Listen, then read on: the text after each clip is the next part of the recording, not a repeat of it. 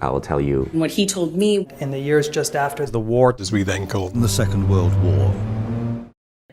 Don't lose your arrogance. Yeah, you can do that when you're older. Don't lose it too soon. And you may merely replace it with vanity.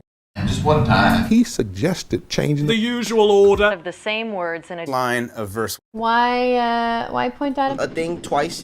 He suggested I pray to the muse. Get down on my knees and pray. It's right there in the corner. And he said he meant it. Literally.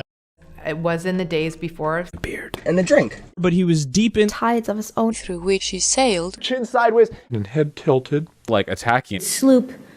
He was far older than the dates allowed for much older than I was. He was in his 30s. He snapped down his nose. With an accent?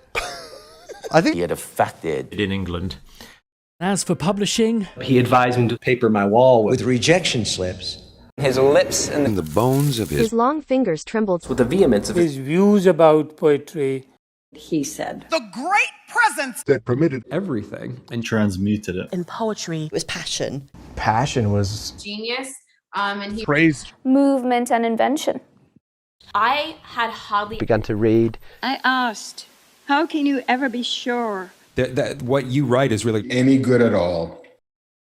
And he said, you can never be sure. You die without knowing whether anything you wrote was any good. If you have to be sure, don't write.